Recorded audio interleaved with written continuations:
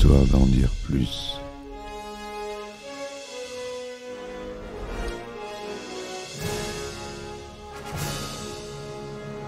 Eh ben attendez, on est en France. Allez, cul sec. Hop.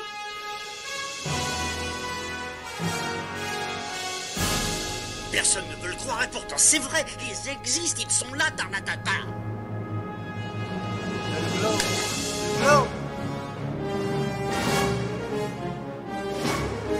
Il faut qu'on pète.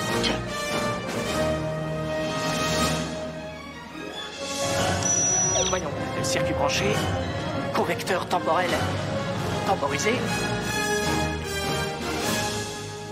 Bonjour, bienvenue sur Histoire d'en dire plus. Aujourd'hui, on parle d'un film culte, qui est devenu culte. Un film assez vieux, de 1951. C'est Le jour où la Terre s'arrêta, à ne pas confondre avec le remake de 2008, avec Keanu Reeves. Ça, c'est le film original, qui est à l'origine de beaucoup de films de science-fiction, Le jour où la Terre s'arrêta. Allez, c'est parti mon kiki. Alors, Le jour où la Terre s'arrêta. The Day the Earth Stood Still est un film américain réalisé par Robert Wise, sorti en 1951. Il est souvent considéré comme la première œuvre d'envergure de science-fiction dans le cinéma américain. Effectivement, c'est le premier qui a marqué son époque à ce point-là.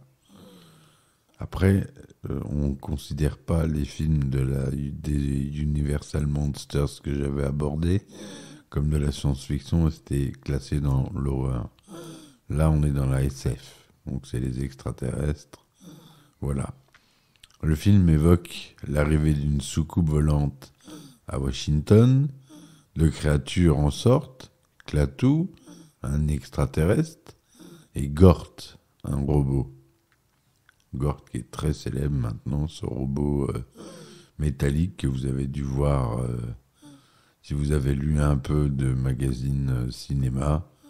Il apparaît souvent, on le voit souvent en référence. Un soldat nerveux tire et blesse Klaatu. Gort réplique, mais Klaatu est emmené blessé dans un hôpital dont il ne tarde pas à s'échapper. Klaatu cherche alors à contacter des personnalités dignes de recevoir son message.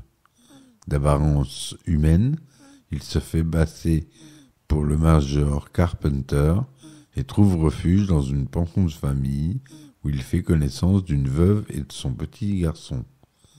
En 1995, le film a été sélectionné pour être conservé par le National Film Registry des États-Unis comme étant culturellement, historiquement et esthétiquement significatif. Donc le résumé est un peu plus détaillé quand même. Un engin extraterrestre de forme discoïde fait sensation en atterrissant en plein centre de Washington. Il est immédiatement entouré d'un cordon militaire et d'une foule de badauds. Le pilote, Klaatu, sort et annonce qu'il vient en paix. Mais un soldat perd son sang-froid, tire et le blesse au bras. Apparaît alors le robot humanoïde Gort, qui émet un rayon désintégrateur, annihilant les armes déployées tout autour. Klaatu, blessé, est emmené dans un hôpital où il est en pratique prisonnier. Sa guérison ultra rapide stupéfie les médecins. Pendant ce temps, les militaires tentent en vain de démonter ou neutraliser la soucoupe volante de Klaatu et le robot Gort qui s'avère indestructible, rebelle à tous les outils existants. Klaatu demande à rencontrer les chefs d'État terriens afin d'assurer la paix dans l'univers.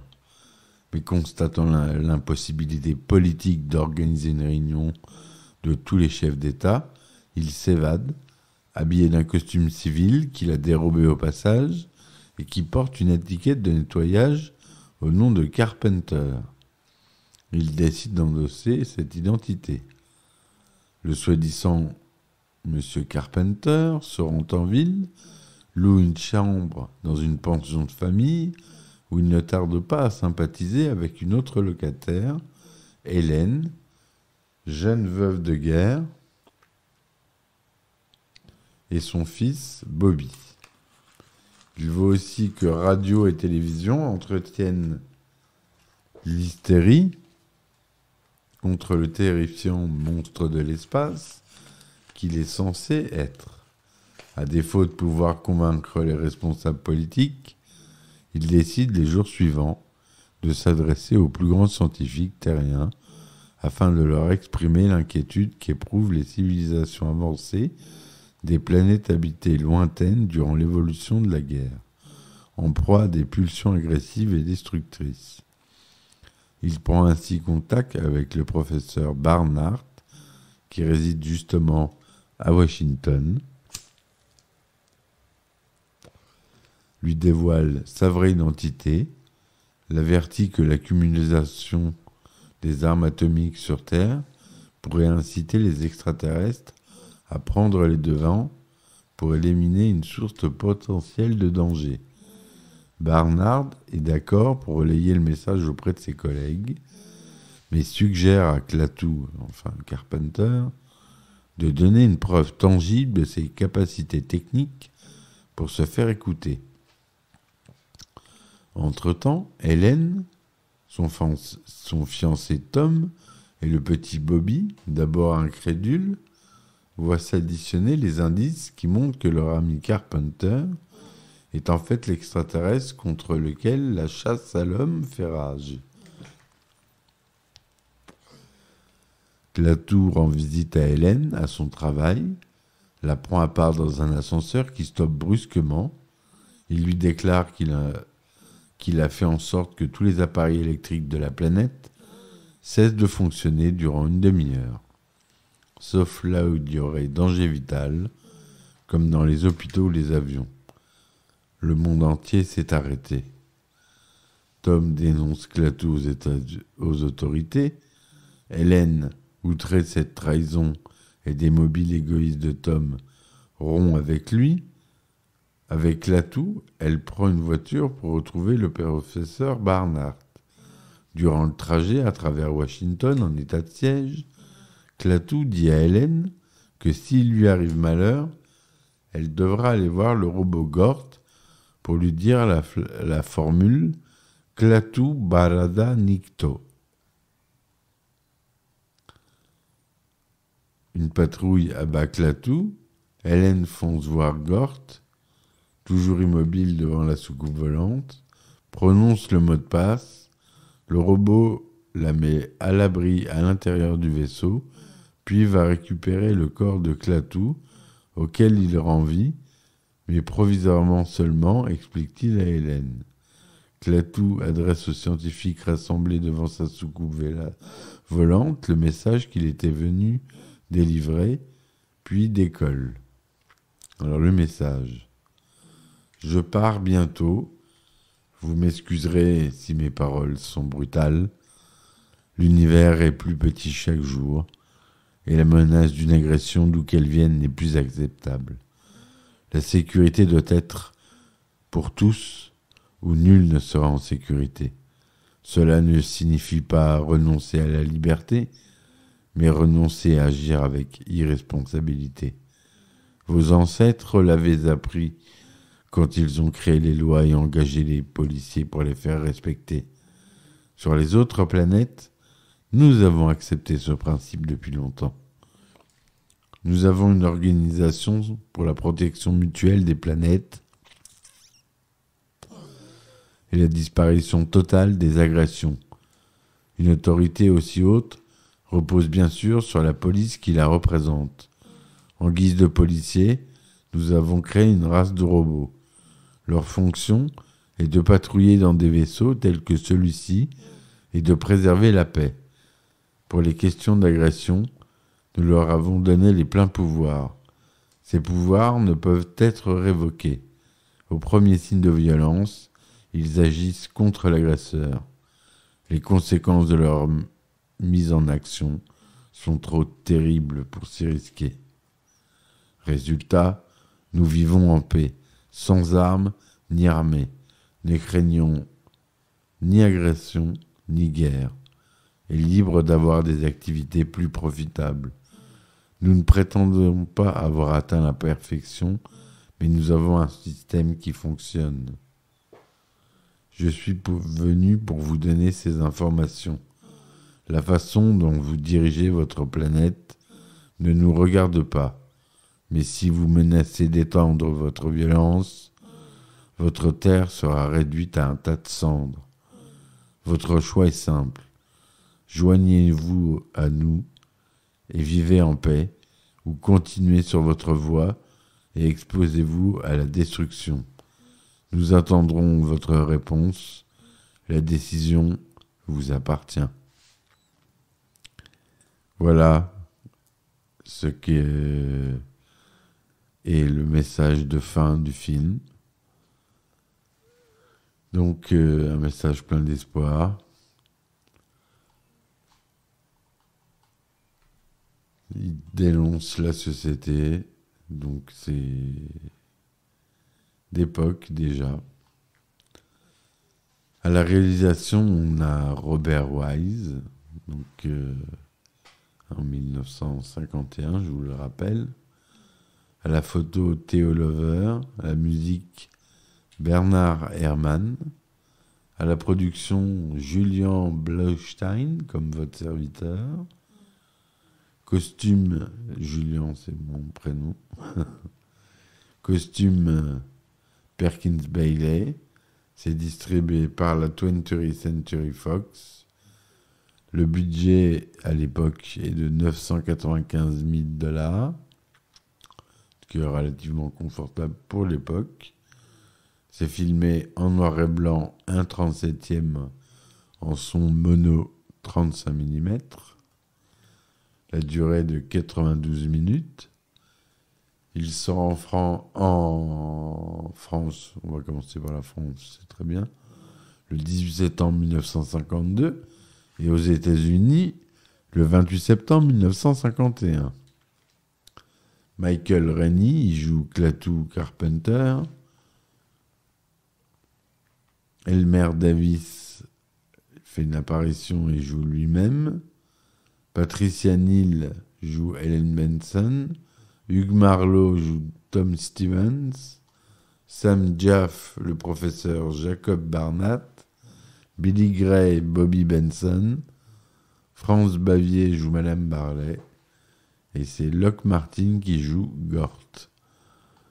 Bon, c'est pas des acteurs qu'on a l'habitude d'entendre, hein. 1951, c'est assez lointain, on est d'accord.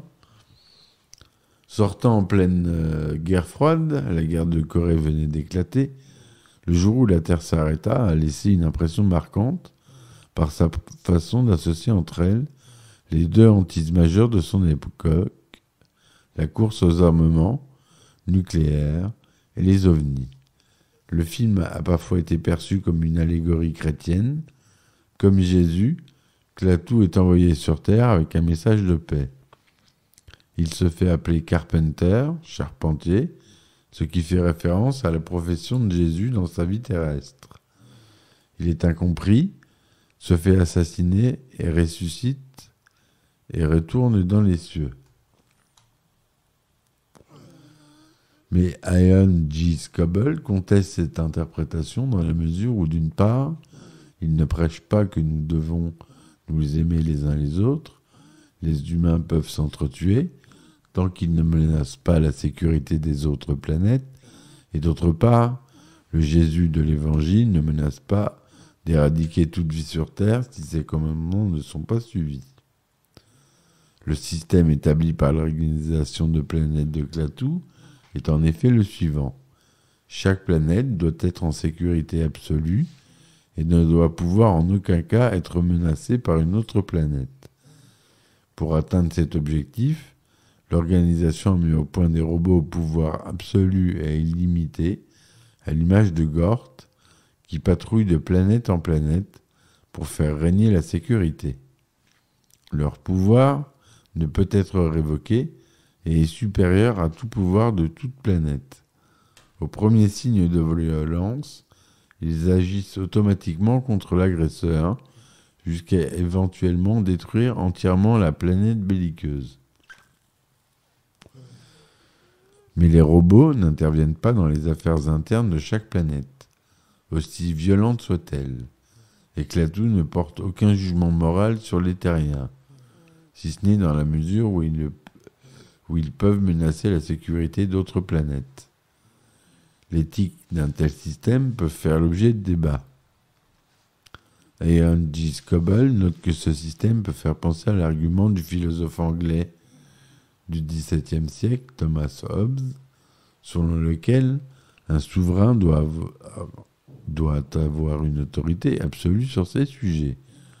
L'argument de Hobbes est que notre condition naturelle nous mène à la compétition plutôt qu'à la coopération.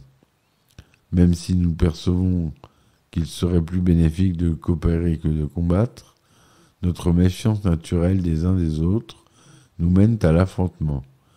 Par conséquent, Hobbes conclut qu'il faut investir un souverain d'une autorité absolue, de sorte que la frayeur de rompre le contrat social soit supérieure à la peur du prochain.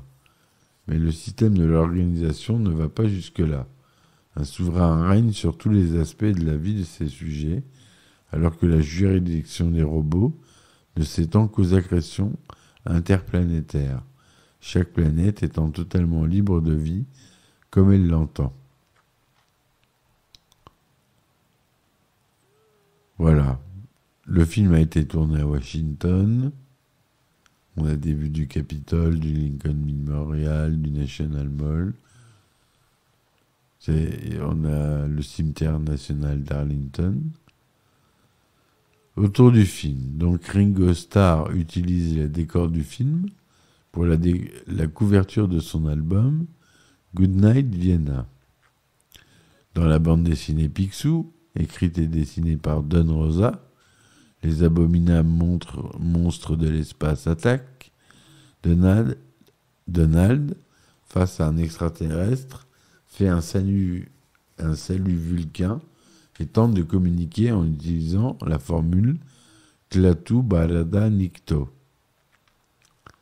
Dans le webcomic Freefall, un robot ressemblant beaucoup à Gort et se trouvant sur le pas d'une soucoupe volante s'exclame Klaatu Barada Doggy en voyant passer le personnage de Florence Ambrose, une louve anthropomorphe, un running gag de l'œuvre, étant que tout robot rencontrant Florence s'écrie Doggy, toutou, en la voyant.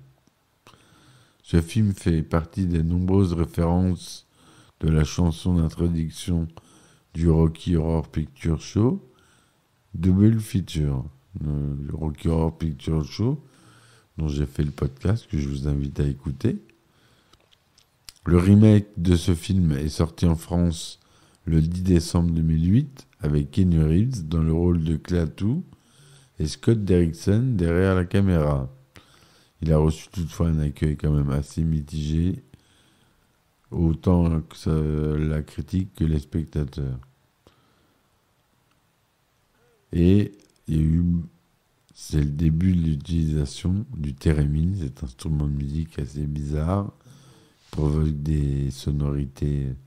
Si vous êtes un peu familier avec les vieux films de science-fiction, vous voyez de quoi je parle.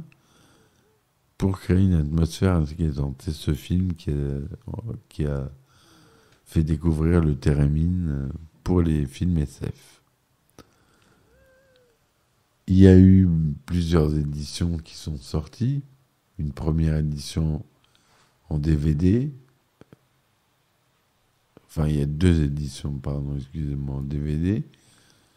Une édition simple en 2003, en format 1.33, plein écran en français.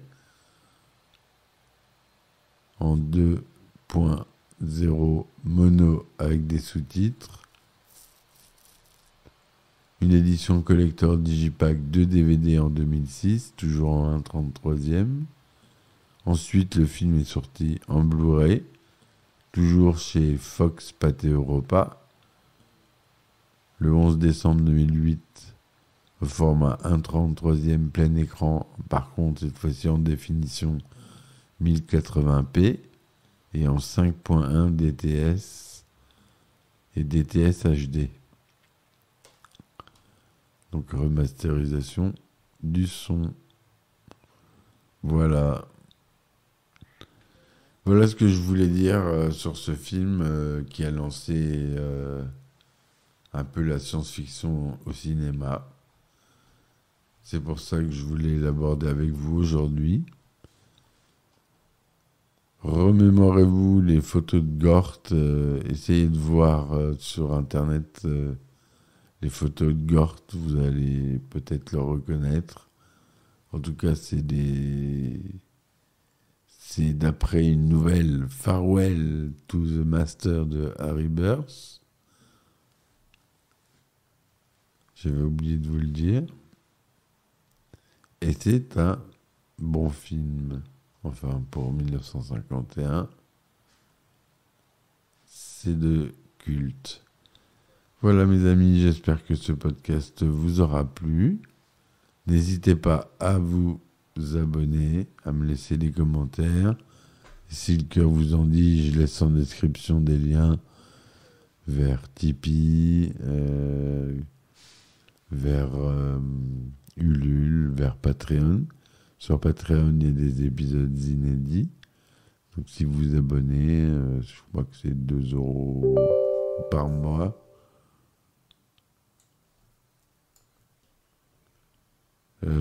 C'est pas cher.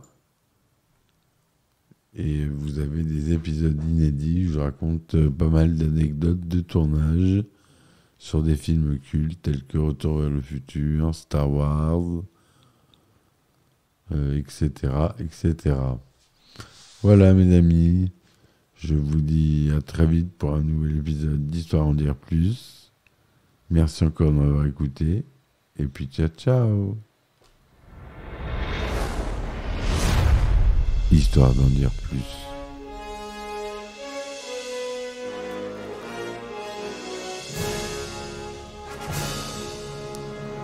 Eh ben attendez, on est en France. Allez, cul sec. Hop.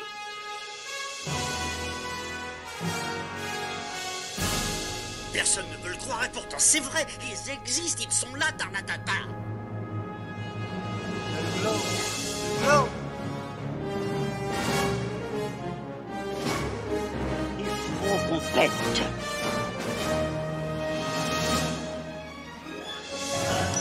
Voyons, circuit branché, convecteur temporel temporisé,